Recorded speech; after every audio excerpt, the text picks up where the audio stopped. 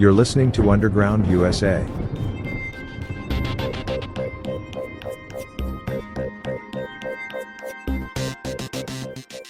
Welcome back to Underground USA. My name is Frank Salvato. Be sure to sign up for our mail out at undergroundusa.com, coming straight to you, your inbox, with every new piece of product that we produce.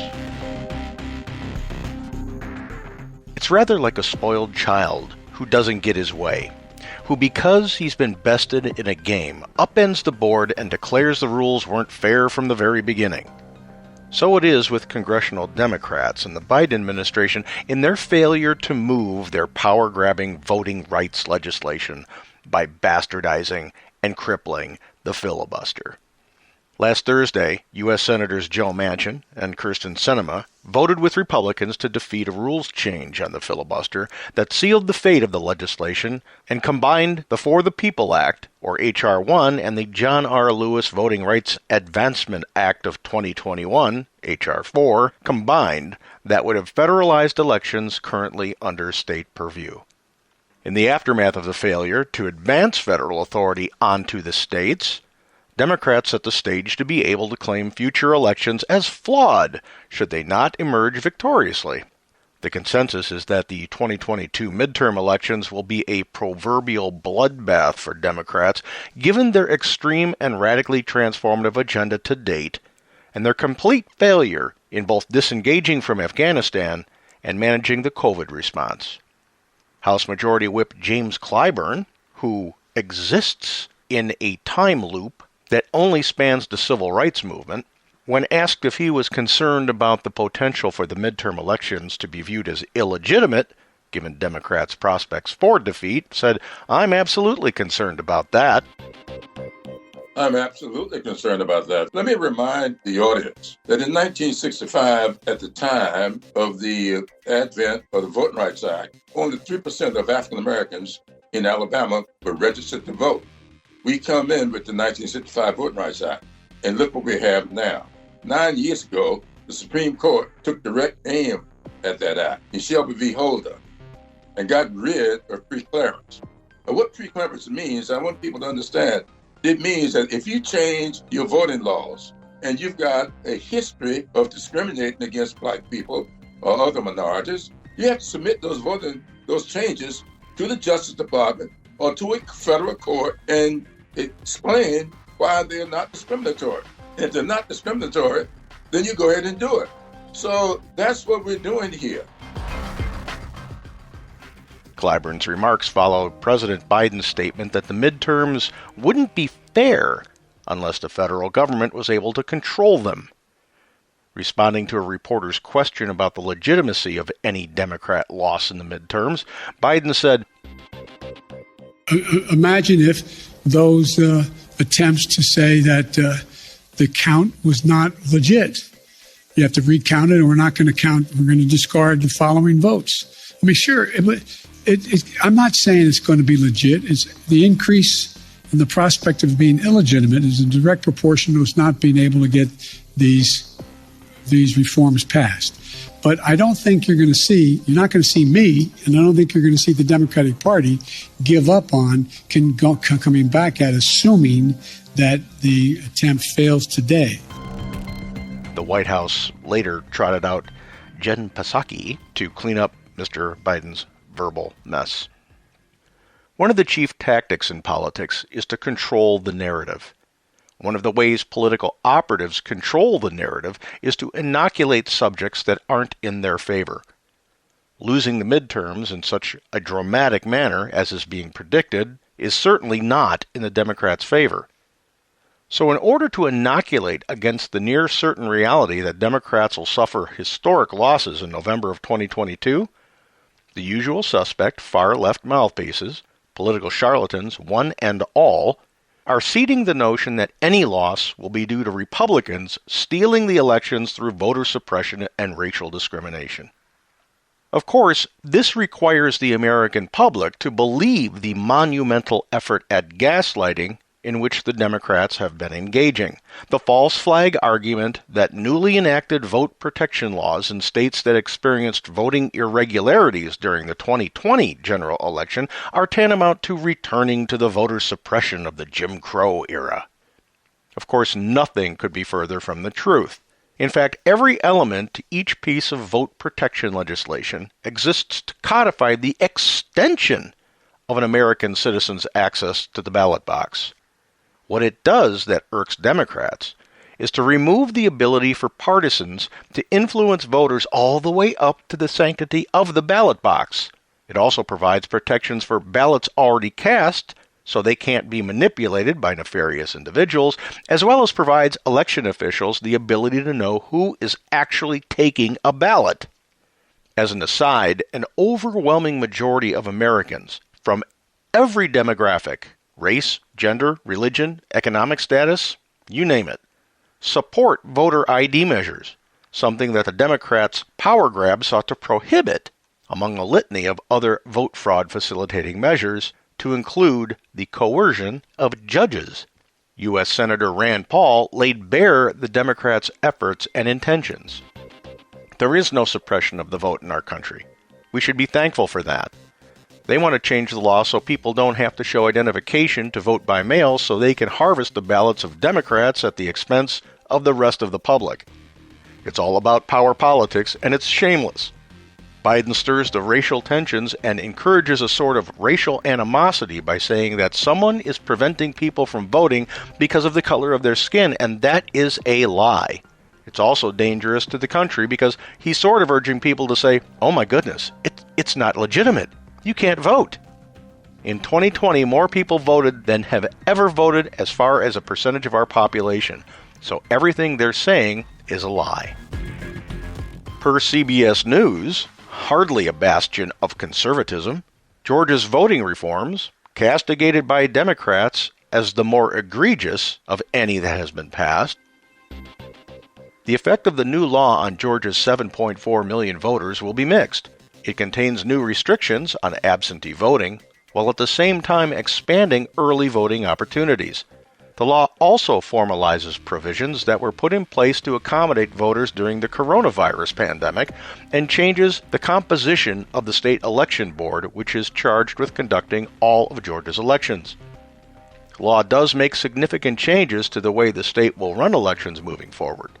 It expands early voting access for some Georgia voters, adds an ID requirement for absentee voting, codifies the use of drop boxes with strict rules on how they can be used, and sets new rules for state and local election officials." Unquote. Among other key points in Georgia's voting reform laws that was passed and is now the law of the land, early voting expands in most Georgia counties. ID is now required not just for in-person voting, but also for mail-in voting. New rules regulate drop boxes and shorten the time frame for requesting and returning mail ballots. Food and drink distribution to voters in line by non-poll workers is banned, but self-service water stations are allowed. In-person voting must be done at a voter's assigned precinct in an effort to reduce long lines unless a voter can't make it to their assigned precinct before polls closes. Note the exception. The 5-person state election board will no longer be chaired by the Secretary of State, who now becomes a non-voting ex officio member. Ballot processing of absentee ballots will begin 15 days before Election Day and are mandated to be complete by 5 p.m. the day after an election.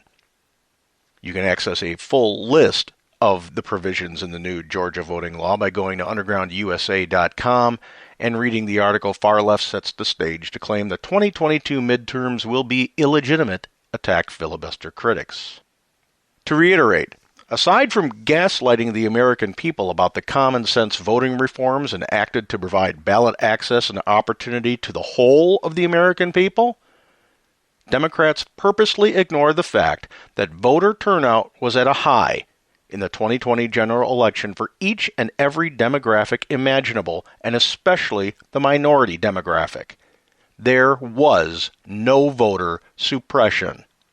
And when one honestly considers the reforms put into effect by the states, reforms disingenuous Democrats rail on about, we see that access has been expanded, not suppressed, and then codified into law.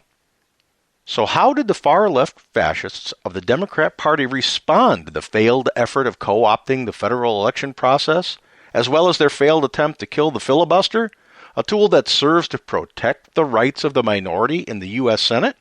Well, Robert Reich, a favorite of the Clintons and the Obamas, and the coward who insisted those who voted for President Trump in the 2020 general election be politically targeted by, get this, Truth and Reconciliation Commissions, suggested physically assaulting U.S. Senator Kyrsten Sinema from Arizona, a Democrat, for voting to preserve the filibuster, for voting to protect the rights of the minority in the face of an aggressive fascist movement. In the now-deleted tweet, Reich said, "Tonight, Republican senators lined up to shake Kyrsten Sinema's hand. Democratic senators should have given her the backs of their hands." Interesting that Reich didn't suggest physically assaulting Joe Manchin. Evidently, Reich is a full-blown misogynistic bully pig. And so the stage is set. When congressional Democrats get electorally slaughtered in November, Democrats will have been planting the false narrative of an illegitimate election for 10 months, and almost certainly with the help of their accomplice mainstream media sycophants. This narrative will, no doubt, continue into the 2024 general election. Now, the question is this. Is the national Republican apparatus intelligent enough to realize they have to get in front of this propaganda campaign to thump on the fact that the Biden Democrats are actually fascists with a sovereignty-killing globalist agenda? Sadly, with U.S. Senator Mitch Mumbles McConnell leading the congressional Republicans and the milquetoast failed presidential candidate and Republican U.S. Senator from Utah Mitt Romney's niece at the helm of the RNC, I'm not going to bet on that.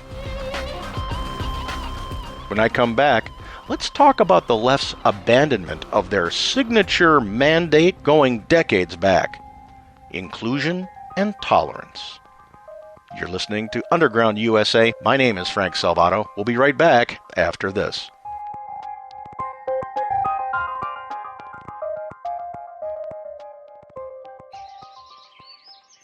Did you know that Yaupon is the only tea plant indigenous to the United States? Hi, I'm CJ, the owner of Emerald Coast Tea Company. We have a line of Yaupon teas and Yaupon tea blends that will open your eyes to tea that is literally made in the USA. Check out our entire line of teas at www.emeraldcoastteacompany.com. Honey, this ain't your mama's tea.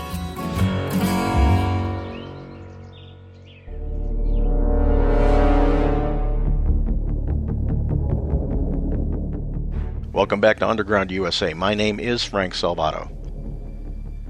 A new survey conducted by the Heartland Institute in conjunction with Rasmussen Reports illustrates just how far the left has moved away from freedom in general and their multi-decade mantra of tolerance and inclusion. In the survey, almost half, 49%, of those who identified as Democrats favored imposing authoritarian government restrictions on unvaccinated people, restrictions including fines, sequestration, and the loss of child custody. According to Rasmussen, nearly half, 48% of Democratic voters think federal and state governments should be able to fine or imprison individuals who publicly question the efficiency of the existing COVID vaccines on social media, television, radio, or in online or digital publications. 45% of Democrats would favor governments requiring citizens to temporarily live in designated facilities or locations if they refuse to get a COVID vaccine. Additionally, and most disturbingly, 29% of those taking the survey who identified as Democrats support the idea of temporarily removing children from the homes of parents if they refuse to take a COVID vaccination, thus putting the children into the custody of the state. Not long ago, the mantra of the left, to include the far left, was centered on tolerance and inclusion, regardless of the label assigned to the demographic, almost all of which was opportunistically created by the political and ideological left.